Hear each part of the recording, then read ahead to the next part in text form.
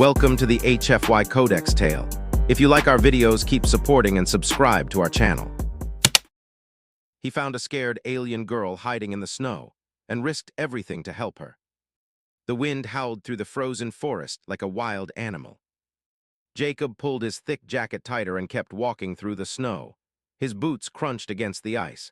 The sun was setting fast, and the temperature was dropping even faster. He was heading home after checking his traps. It had been a long, cold day.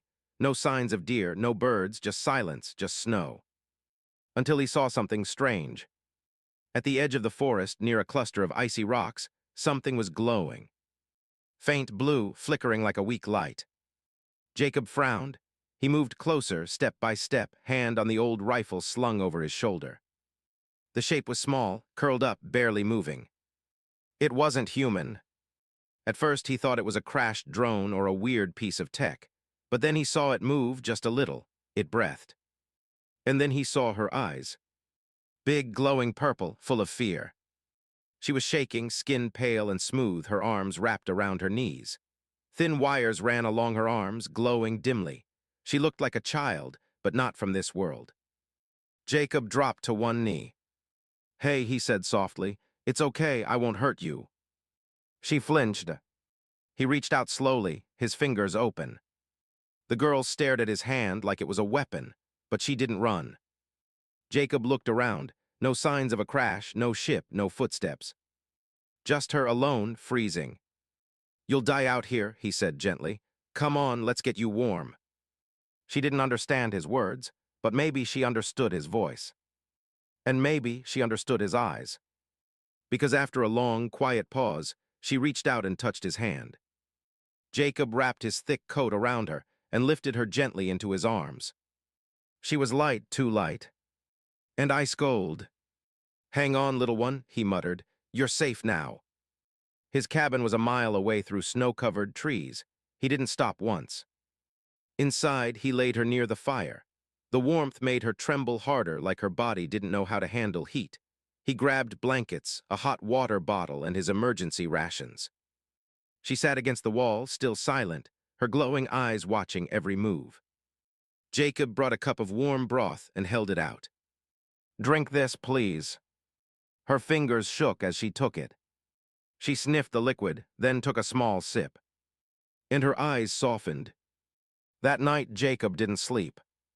He sat across from her, watching, thinking. What was she? Where had she come from? She didn't speak, but she kept staring at him. And he didn't look away. The next morning she was still there, still quiet, but stronger. Jacob handed her an old scarf. She touched it like it was treasure. He smiled. "You're not from here," he said. "I get it, and I won't tell anyone you're here." She blinked slowly. Like maybe she understood. Like maybe she believed him. For the next 2 days, she stayed hidden in the cabin. Jacob taught her small things. How to sip water slowly. How to hold a spoon. How to point when she needed something. She didn't speak, but she started mimicking sounds, soft ones. And once, just once, she touched his hand and didn't let go.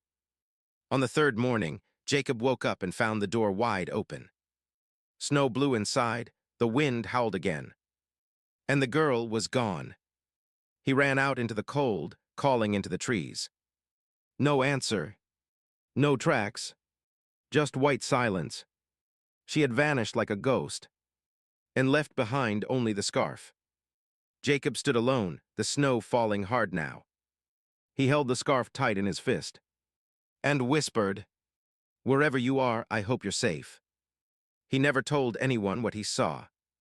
Not the government. Not his neighbors. Not even in the bar years later, when people talked about UFO sightings or strange lights in the sky. He just smiled quietly, because he knew what he saw wasn't a story.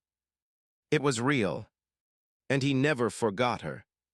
Not her eyes, not her silence, not the way she held his hand. He never told anyone about her, but he couldn't forget those eyes. Years passed, but the memory didn't fade. Not for Jacob. The cabin stayed the same, small, quiet, hidden deep in the forest. His days were simple. chopping wood, fixing tools, hunting small game, talking to no one. But every winter, when the snow returned, he remembered her. Sometimes he would sit by the fire, staring at the spot where she once sat, wrapped in his old scarf, eyes glowing purple in the dim light. Still silent, but alive. He never found out where she went. She left no footprints, no sound, just vanished, like snow in the wind. Once he tried to search deeper into the woods. Maybe she had collapsed or was taken, or worse. But nothing. No signs of ships, no crash site, no tracks. Just trees. Just silence. The only thing she left behind was the scarf. He still had it, folded in a drawer, untouched. Some nights he'd hold it in his hands. He didn't know why. Maybe it made the memory feel real again. He never told the world. He could have. He could have called the government, reported an alien encounter, sold his story, got famous. But he didn't. Because it wasn't about proof. It was about her. And what it meant when someone looks at you, not as a threat or a stranger, but like they're safe just because you're near. He saw those eyes in his dreams. Not afraid anymore. Just watching him. Like maybe she still remembered him too. One winter morning, Jacob was gathering firewood near the edge of the forest. The wind was sharp, biting through his jacket. He paused near the same frozen clearing where he had once found her. He stood still for a long time, then whispered to the trees, "Wherever you are, I hope you're warm." That night, something strange happened. As he sat beside the fire, reading an old book, the power flickered. Once, twice, then everything went dark. He stood up, checked the breaker, still working. Then came the sound, a low hum outside the cabin. Jacob grabbed his flashlight and opened the door. The wind was quiet. The trees were still, but the sky above the forest glowed faintly blue. And something moved behind the trees. Not an animal, not human. Something tall, silent, familiar. He stepped forward. "Hello," he called. No answer. But he didn't feel fear. He felt something else. Hope. He stared into the darkness. And though he saw no face, he felt it. Like someone was watching. Someone who once sat beside his fire, drank his soup, wore his scarf. Someone who once held his hand. The light faded. The hum stopped. Jacob stood alone once again. But this time, he smiled. He didn't know when. He didn't know how. But something deep inside him whispered, "She's coming back." A strange ship landed near his cabin, and an alien woman stepped out. It started with a sound. Not thunder, not wind, but a low hum, deep, steady, and growing louder by the second. Jacob woke up before the sunrise. He sat up in bed and listened. He knew that sound. He had heard it once before, years ago, on the day she disappeared. He rushed outside, boots crunching in the snow. The sky was still dark, but the trees were glowing faint blue again. This time the light didn't fade. It grew stronger. Then he saw it, a ship. Sleek silver, shaped like a drop of light, hovering quietly in the clearing where he once found her. It didn't crash. It landed. Carefully, like it knew exactly where it needed to be. Jacob stepped closer, heart pounding. The ship's door opened with a soft hiss. A ramp slid down, smooth and quiet. And then a figure stepped out. She was tall now, taller than he remembered.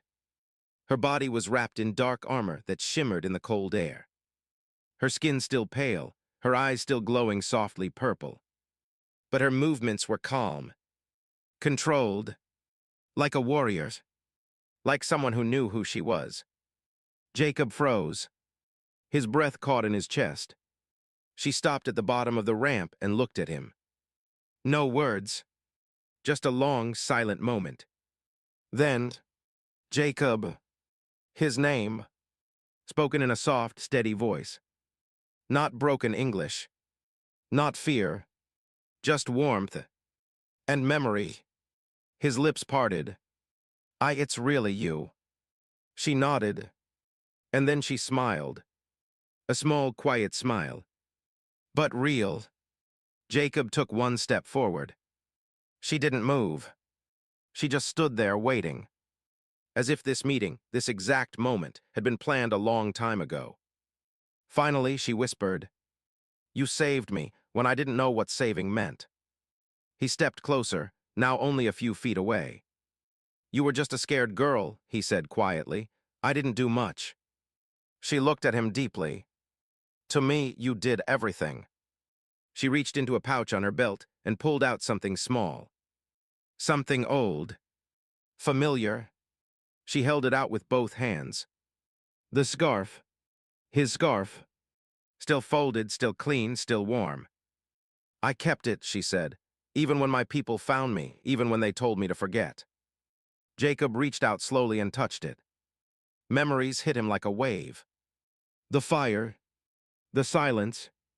The way she reached for his hand when she couldn't speak. She looked into his eyes. "I never forgot," she said. "Not your face, not your voice, not your kindness." He swallowed hard, and for the first time in years, he felt something melt inside his chest. "Why now?" he asked. "Why come back?" She paused, then said, "Because I'm not just alive because of you. I became who I am because of you." Snow began to fall softly around them. The ship behind her stayed quiet. Jacob looked at her, this grown woman who once hid beneath his jacket like a lost child. Now standing tall, powerful, and unafraid, but still holding onto a piece of him. "Are you here for a mission?" he asked. She nodded. "Something important, something dangerous." He nodded slowly, "And me." She stepped closer. "You're not the mission," she said gently. "You're the reason I came back." She asked him why he risked his life for her, and he didn't know what to say. The fire crackled softly in the cabin. It was just like before. Same wooden walls. Same scent of burning pine. But everything had changed. She sat across from him now, no longer the fragile girl who couldn't speak. She was taller, stronger, her movements graceful, her voice steady. But her eyes, still the same. Curious, quiet, searching. Jacob handed her a steaming mug of tea. She took it carefully, warming her hands against it. They sat in silence for a long time. She looked around the room. "This place hasn't changed," she said. Jacob smiled. It didn't need to. Her eyes met his. "But I have." He nodded. "I can see that." Another pause. Then softly she asked, "Why did you help me?" Jacob looked down at his cup. He had asked himself that same question 100 times. In all those quiet winters. In every lonely evening. He had never found the right words. "I don't know," he finally said. She tilted her head slightly. "You risked everything. You could have turned me in. You could have walked away." He stared into the fire. "I didn't see a threat," he said. "I saw someone who looked lost, cold, afraid." He glanced at her, "And I guess I just didn't want you to feel alone." She didn't respond right away. Then she said quietly, "I didn't even know what alone meant until I felt safe." Her fingers tightened around the mug. "You showed me that." Jacob cleared his throat. "I didn't expect you to come back." She smiled softly. "I didn't expect to find my way back." Another silence fell between them, warm, not awkward. Then she spoke again, slower this time. "There was a day after I left. I was on a ship with my people. They said Earth was dangerous, that humans were unpredictable, violent." She paused. "But I remembered the fire, the tea, the scarf, your hand." Her voice dropped to a whisper. "They were wrong." Jacob looked at her, heart pounding. He didn't speak. He didn't need to. She stood and walked to the window. Snow was falling again, soft and silent. Then, with her back to him, she said, "I came back for something more than just a reunion." Jacob raised his head. "More." She turned slowly. Yes, I came back because you're still part of me. His breath caught. She stepped closer. Back then I had no words, but now I do. She reached out, placing something in his hand. He opened it. A small metal charm. Simple, smooth, carved in her native language. He stared at it. What does it say? He asked. She looked into his eyes. It means first light, first warmth. His voice was low. That's what I was to you. She nodded. And what you still are. Jacob blinked hard, looking away for a moment. When he looked back, she was still watching him. Still calm. Still home. He smiled.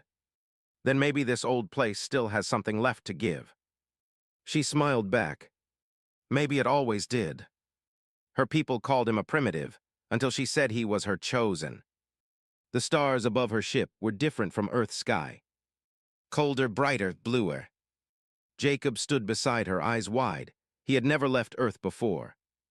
Now he was orbiting her homeworld. The landing pad was made of dark stone. The buildings looked like towers carved from glass and bone. Everything was quiet, clean, precise. As they stepped down from the ship, eyes turned. Alien soldiers stood still, their armor glowing faintly. Officials in long robes looked at Jacob like he was dirt stuck to a boot. He felt it immediately. He didn't belong here. Two officers walked over. One scanned Jacob with a device, the other raised an eyebrow. This is the human? He asked. Lyra nodded. He looks fragile. Jacob stayed calm. I get that a lot. They were led into a large chamber, a council hall. Dark walls, floating lights, rows of alien leaders sitting on high chairs, all looking down. Lyra stood tall. She didn't bow, she didn't speak with fear. One of the elders leaned forward. We thought your time on Earth was a failure. Another spoke. Why bring a human here, especially this one? Their eyes shifted to Jacob. Primitive, underdeveloped, emotionally unstable. Jacob didn't flinch. But inside, he felt small again. Like when his parents died. Like when no one showed up to his retirement dinner. Like when he lived alone in the cabin for years, forgotten. But before he could speak, Lyra stepped forward. She raised her voice, clear and strong. Enough. The room fell silent. You see a human, she said. I see the one who taught me what mercy is. You call him weak. I call him strong enough to face fear without needing armor. You call him primitive, but he gave me something none of you did. The council leader narrowed his eyes. And what was that? Lyra turned her head, looked directly at Jacob, and said loudly and without fear, he gave me a name, he gave me warmth, and without asking for anything, he gave me himself. Whispers filled the room. A younger council member frowned. You mean he's your companion? No, she said firmly. Then she stepped closer to Jacob, reached for his hand, and held it. I chose him with my mind, with my heart, and with my future. She looked back at them all. He is my chosen. Everything stopped. No one moved. Even Jacob couldn't breathe for a second. The council leader stared for a long time. Then he leaned back slowly. This changes everything. That night, Jacob stood at the balcony of her quarters, staring at the stars. She joined him. He didn't speak. He just looked at her and said softly, You didn't have to say that. I did, she replied, because it's true. He smiled. I never thought I'd be someone chosen. She placed her hand on his chest. You already were, you just didn't know it. And somewhere across the stars, in a world that once called him nothing, he had just become everything. He was ready to say goodbye until she took his hand and said, Stay. Jacob stood at the edge of the landing platform, a small bag over his shoulder, the same scarf folded inside. The stars above him were beautiful, but cold. Too far from home. Too far from who he used to be. The alien city behind him glowed like a dream, but it didn't feel like his. Everything here was too clean, too perfect, too unfamiliar. He had met her people. He had stood in their council. He had been called chosen. But still, he felt like a visitor. The ship waiting for him hummed softly. A travel permit was already approved. One jump and he'd be back to Earth. Back to his forest, his quiet cabin, his silence. Footsteps echoed behind him. He didn't turn. He already knew it was her. Lyra stopped a few steps away. Neither of them spoke for a moment. Then she asked softly, "You're leaving?" He nodded. "This isn't my world." Her voice shook. "But I brought you here." "I know," he said gently, "and I'm glad you did." He looked at her now, her face calm but her eyes uncertain. "I don't fit here," he continued, "and maybe I was never meant to. I'm just a man who lives in the woods. I fix broken pipes and feed birds." He smiled weakly.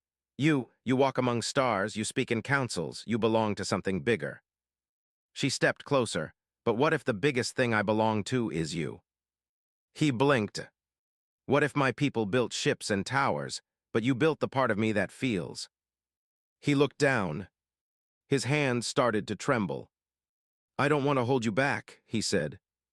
"You're not," she whispered. He turned slightly, her eyes glowing softly, like the first night they met. Then she reached out. Her fingers touched his hand. Not rushed, not dramatic, just warm, soft, real. "Stay." One word. That's all it took. He didn't speak. He didn't nod. He just closed his fingers around hers and didn't let go. Later that night, they stood on the balcony again. Not as a hero and alien, not as savior and saved, but just two souls, trying to find home in each other. She rested her head on his shoulder. The stars stretched above them. He whispered, "What happens now?" She smiled. "Now we stop running from where we belong." He once rescued a lost alien girl. Now she's his forever. The wind moved gently through the trees. Snow was falling again. Soft, silent, just like the night he found her. Jacob stepped out of his cabin, hands in his pockets. But this time, he wasn't alone. Lyra walked beside him, wearing a dark cloak lined with silver threads. The scarf he gave her years ago was still wrapped around her neck. But now, it wasn't to keep her warm. It was a reminder of where her heart began. They stood at the edge of the forest, the same place where her ship had landed, where she once stepped out, older, stronger, changed, but still looking for him. And now she had returned. Not as a visitor, not as someone passing through, but as his. Jacob looked up at the trees, then at her. "You sure about this?" he asked. Lyra smiled. "This was where I first felt safe, where I first felt alive." She took his hand and squeezed gently. "This is just your home anymore, it's mine too." They walked down the trail together. No words for a while. Just the sound of snow under their boots and the slow, quiet beat of peace. Later that night, the fire burned warm inside the cabin. She sat on the floor, cross-legged, eyes glowing in the low light. He made tea, same as he always had. But now he poured 2 cups. She looked at him, soft and full of memory. "Do you still think I'm from another world?" she asked. He smiled. "No," he said, "I think we just met in different chapters." She leaned her head against his shoulder. "Back then," she said, "I had no name, no language, no family." Jacob nodded. "And now?" he asked. She turned to him, her voice calm. "Now I have you." The stars outside glowed quietly. No war, no soldiers, no orders. Just 2 souls. One who was once lost, and one who once thought he was meant to live alone forever. Jacob reached for the scarf still around her neck. He held it between his fingers and whispered, "I kept this to remember you." She took his hand and pressed it over her heart. "And I kept it to find my way back." And so she stayed. Not as a girl who needed saving. Not as a guest, but as someone who chose to be there. Every morning beside him. every night under the stars, and somewhere deep in the forest, where silence ruled and snow always fell. A cabin held the quiet fire of something more than survival. It held the warmth of two lives woven together. By chance, by choice, and by love. The end.